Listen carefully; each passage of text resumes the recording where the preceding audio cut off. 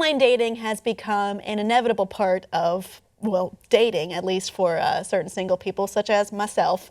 And it may be a little bit daunting and scary, but one app, Hinge, did some research after a month-long of study on its users as to what you need to do to be the most successful when finding a date. It's interesting. It's pretty interesting. It's pretty eye-opening. They did release some infographics that we're going to look at to help describe what's going on in particular. So it turns out men like being asked out on dates. Really? Well, they want an assertive, are you free? Do you want to get drinks? Whereas that made them 98% more likely than women to respond to a message. Women, on the other hand, are more likely to respond to messages about food. So, I'm not going to say that, my food porn addiction has anything to do with this, but I think I agree. I feel like the assertive message thing to me is a surpriser. Well, it's not like, I don't think they're counting, dirty assertive messages. It's more like date assertive messages. So it turns out men have pretty short attention spans on Hinge. They are 25% less likely to respond to messages after 6 hours, whereas women they don't care as much. They're only 5% less likely to respond, which is, patience is a women's virtue, as my grandmother likes to say, and I disagree with. So something else that showed a difference, not just, by gender, but by age, is that what was more successful to talk to someone of a certain age. So it seems the most young demographic, 18 to 23, wants more of a novelty or surprising opener. I would call these irritating, but I'm not that young. Anyway, lifestyle is more popular for 24 to 28, so maybe ask do you want to go to brunch? Do you like to hike? Do you like to roller skate? Something like that. 29 to 34 is more open to personal conversation starters. So ask them something about themselves.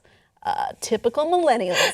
Lastly, 35 plus is more likely to talk about pop culture, which is interesting to me because I would have assumed that would go for the youngest demo.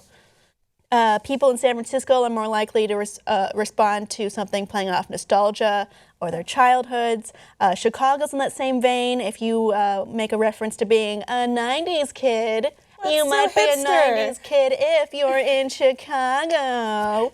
Angelinos, unsurprisingly, like to talk about celebrities because we are the worst. If you're in Boston, they actually do like the assertive, hey, what's up? Or simple, rather, hey, what's up? Which I would probably ignore, but I'm not from there. New Yorkers seem to be wanting to escape reality, perhaps the cold, cold realities of living in New York. That was your 2004? Yeah. Nice. Oh, it was so good. I was somewhere else. I am going to get some hate for that. And for some reason, Washington, D.C. loves to talk about cheese. So what I just said about saying, hey, for Boston, hey, what's up? What's going on? Hey, who are you? Yeah, real original. Usually doesn't cut it as an opening line. I guess it works in Boston, but not where else otherwise. So, try to offer something unique without being gross, and you'll capture someone else's attention. Hey is a little vague. I mean, there are some pretty, silly. There's some places online that make fun of people who just say hey, hey, hey, hey, hey, hey, etc. I feel like two truths and a lie already said that's pretty lewd. It can get pretty naughty. It could. Right away. It is suggestive. You could definitely go to the naughty with that. I don't know, because if you're on, I don't know if Hinge is the same kind of like a hookup app, like Tinder per se. So I'm not sure if their demo is more about dating or hooking up or what have you. But I guess you can. All about hooking up. No. I feel like we are. Not the ones that I've been on.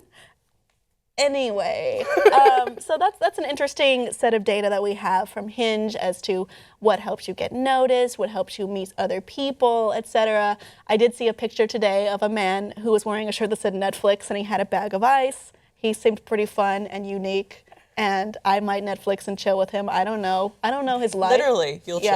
Yeah. Hold the ice and watch the Netflix. So awesome. I think the key there is be more original. But if you're having trouble with that, there's a simple guideline to help you out. The perils of online dating. Have you tried any of these and have they worked? Let us know below in the comments, audience, and please subscribe for more.